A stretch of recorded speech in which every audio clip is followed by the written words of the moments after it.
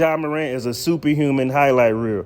He's known for elevating in midair. Not only that, he's also known for blocking defenders' shots and they don't see him coming. Ja Morant is one of the bounciest players in the NBA, if not the bounciest, and he also can finish with either hand.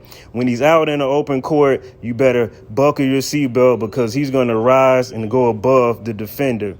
Not only that, he's nifty, he's crafty, he's very creative, and has an array of different strategies to get to the basket. Now, Ja Morant is also a playmaker, but today we're going to look at what shoe Ja Morant plays in. Now, if you guess Kobe 8, the Nike Kobe 8s, you guessed just right. So let's look a little bit deeper into this shoe and we'll talk about the different specifics. Now, the Nike Kobe 8s are going to start at about $100 for sale online. Not only that, this shoe comes in many different designs and it comes in many different colorways. Now, the great thing about this shoe is there's always different patterns you can choose from. Now, as we look at the rotation, this shoe you can see is known for that infamous Kobe signature on the back right of the shoe.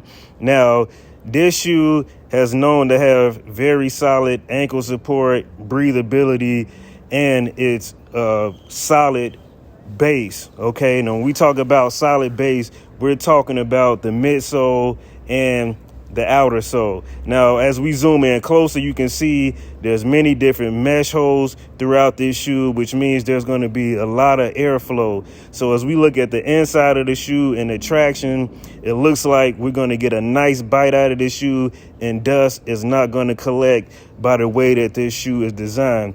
Now, as we look at the back of the shoe, there's not really much special going on there, just a regular back of the shoe. And let's dive a little bit deeper in this shoe. Let's look at the specifics of this shoe. Now, as we start with the back of the shoe, you can see that the heel area all comes together and looks very comfortable.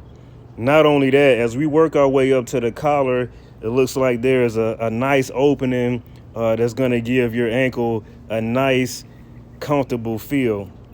Okay.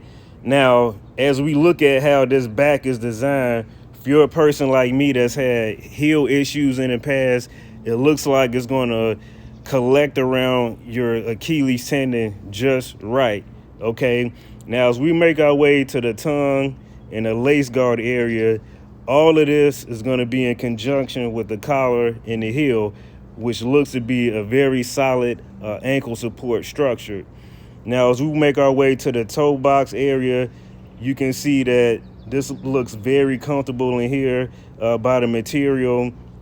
Now, as we look at the middle of the shoe, you can see that the way this shoe is built by the mid and outer sole, there's flexibility in this shoe.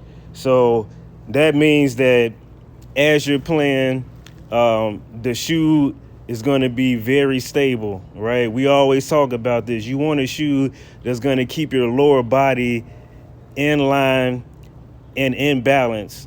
And this shoe looks to be just that.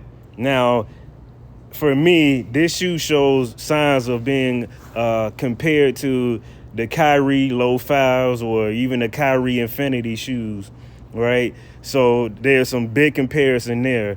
Now, if you're a shifty player like me, typically this shoe is probably going to be a good solid shoe for you. And as you can see, even how Ja Morant plays and how the shoe responds to how he moves, you know it's going to be a good shoe if you're a shifty or a bouncy player.